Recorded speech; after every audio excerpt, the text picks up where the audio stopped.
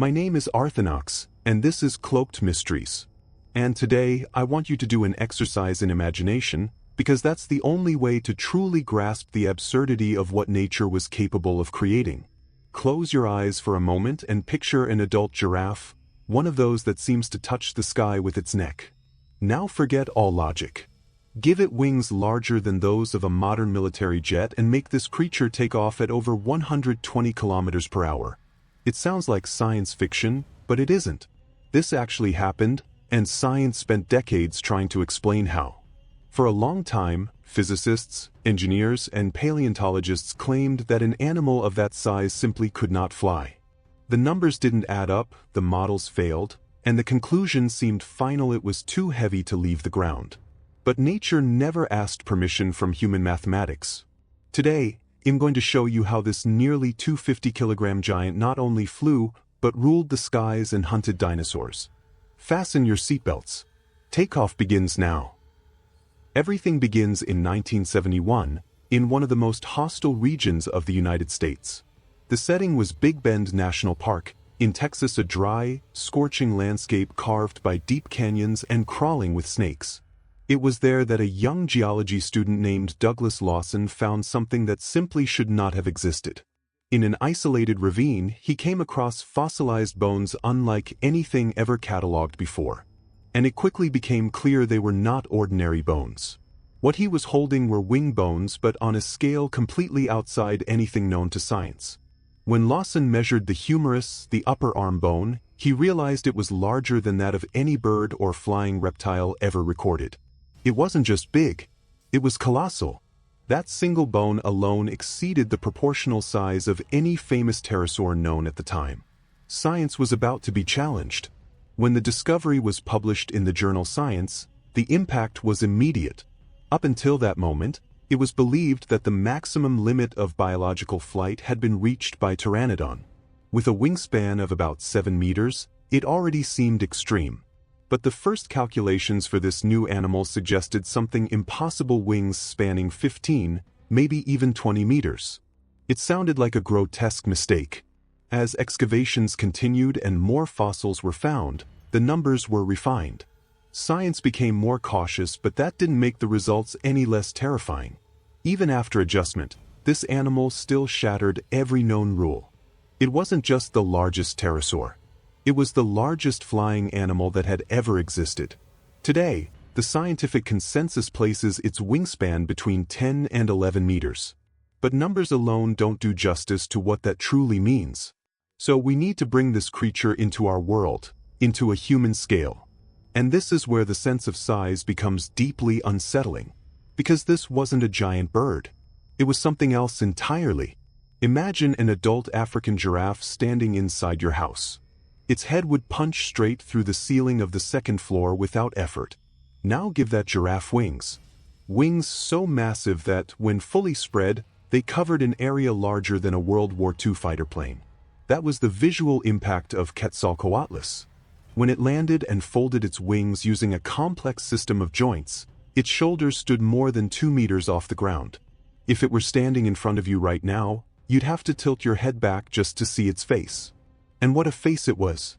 A skull nearly 3 meters long, ending in a long, sharp, toothless beak like a spear. A true biological weapon. At the top of its head rose a bony crest, projecting backward like a crown. It wasn't just for show, it aided balance and aerodynamics. The creature's name came from the Aztec god of the feathered serpent, Quetzalcoatl.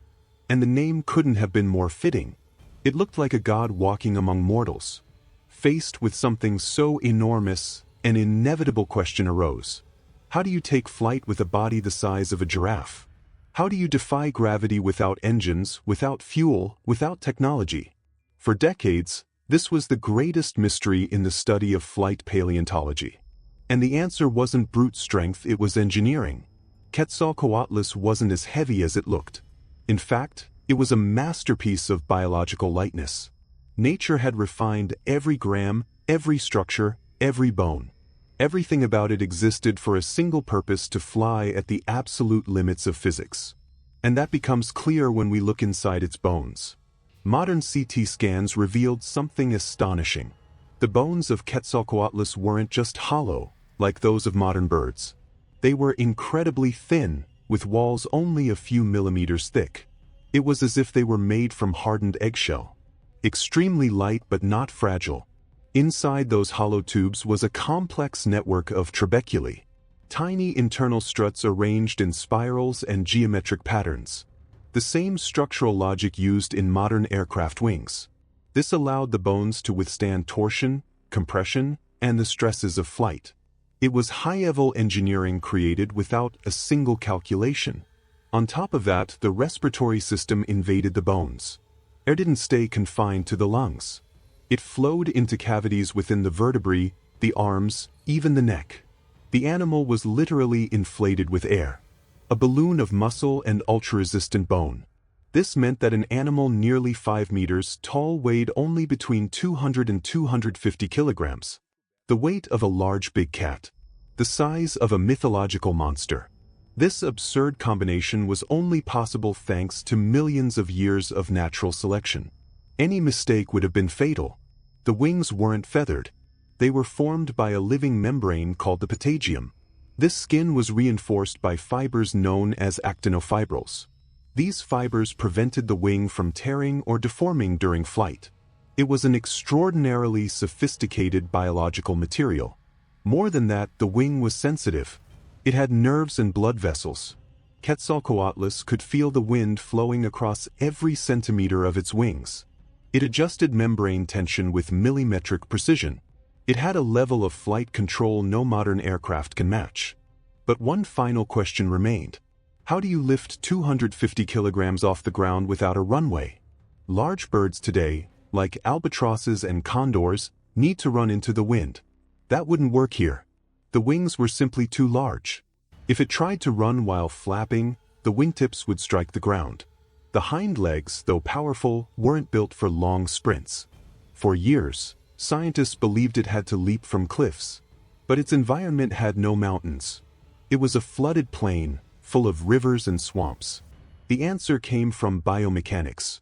And it was as unexpected as it was brilliant. Quetzalcoatlus didn't take off like a bird. It took off like a bat, using all 4 limbs. This method became known as the quadrupedal launch. It crouched down, tensed the massive muscles of its arms and chest, then used its front limbs like vaulting poles. In a violent, explosive motion, it performed a powerful push-up, catapulting its entire body into the air. In fractions of a second, the animal was launched 3 to 4 meters high. In that precise moment of near weightlessness, it unfurled its enormous wings. This wasn't a run. It was a vertical explosion. A biological missile fired at the sky. Imagine the sound of a massive tarp being stretched in the middle of a hurricane. That was the sound of its wings opening. Within seconds, it was beyond the reach of any terrestrial predator. Not even a tyrannosaur would have time to react. The sky belonged to it. For a long time, the classic image showed this animal fishing over the ocean, skimming the water like a gigantic pelican. But that idea collapsed. Science showed it would have been fatal. And the reasons are simple. Quetzalcoatlus had a long, relatively stiff neck. If it plunged its beak into water at high speed, the drag would be devastating. The force would snap its neck instantly, like hitting a pole at 80 kilometers per hour. It would be torn apart. Additionally, its fossils were found far from the coast, hundreds of kilometers inland. That ruled out a marine lifestyle. So the question changed. What did it eat? The answer is far more terrifying. It wasn't a fisherman. It was a terrestrial predator. A hellish stork stalking the ground, hunting dinosaurs. It walked on all 4s with its wings folded back. They looked like long staffs, almost like skis. It moved silently through ferns and conifers, watching, waiting, calculating, like a gigantic heron. But its prey wasn't frogs. It was small to medium-sized dinosaurs. Hatchlings, juveniles, unaware animals. The attack was fast and precise, vertical and lethal. Picture the scene at the end of the Cretaceous. A group of small herbivorous dinosaurs near the edge of a dry riverbed. They play and feed, unaware of the danger. Suddenly, a shadow blankets the ground. But when they look up, they see nothing. Then, from the vegetation, that colossal head emerges. The attack wasn't a bite. It was a surgical pinch. The 2-meter beak strikes with terrifying precision. Without warning, it grabs a prey weighing 30 or 40 kilograms, the weight of a large child or a big dog, tosses it into the air to align it with its throat, and swallows it whole, exactly the way a heron swallows a fish. It was the largest mid-sized predator of its era. While giant theropods dominated massive prey, Quetzalcoatlus cleaned up everything smaller, anything under human size. Nothing was safe. If you were there, walking among the trees, it would take you, before you ever realized it was nearby. The camouflage of such a tall animal among dead trunks would be perfect.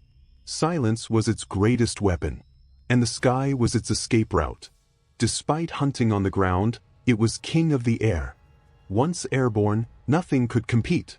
It rode thermal currents like a modern glider, soaring for hours, for days, with barely any effort. Computer models suggest it cruised at around 120 km/h, maintaining that speed for extended periods. Its flight range reached an astonishing 16,000 kilometers. Without landing, without resting. That means it could cross entire oceans, have breakfast in North America, and days later be dining in Europe or Africa.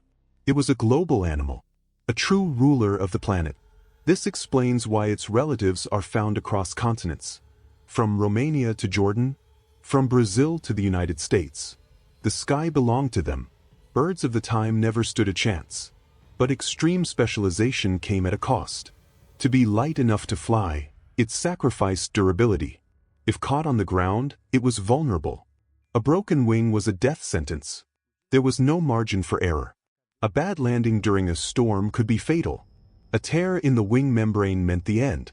A grounded giant could not survive. It lived at the absolute edge of physics, on evolution's razor's edge. Any extra gram would prevent flight. Any less would make the bones too fragile. It was perfect balance, the final masterpiece of flight evolution. And it lasted millions of years. Until it didn't. Until everything ended. Fast, violent, and final. The impact that changed the history of life. The end was coming. 66 million years ago, the asteroid struck. The KPG extinction event. The impact hit the Yucatan Peninsula, and Texas was dangerously close.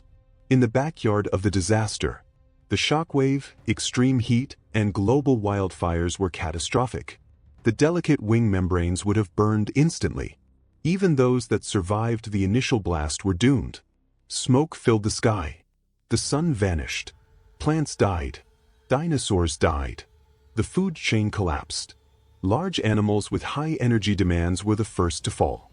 And Quetzalcoatlus never stood a chance. It required massive amounts of protein to sustain flight metabolism. In a world of ash, that was impossible. But it wasn't alone among the giants. In Romania, on the island of Hag, there was a rival, a bulkier cousin. While Quetzalcoatlus was tall and elegant, Hatzegopteryx was shorter, wider, and far more robust. A brute force predator, perhaps sacrificing long-distance flight, but just as deadly. Still, in sheer size and wingspan, the Texas giraffe kept the crown. The largest flying animal that ever lived.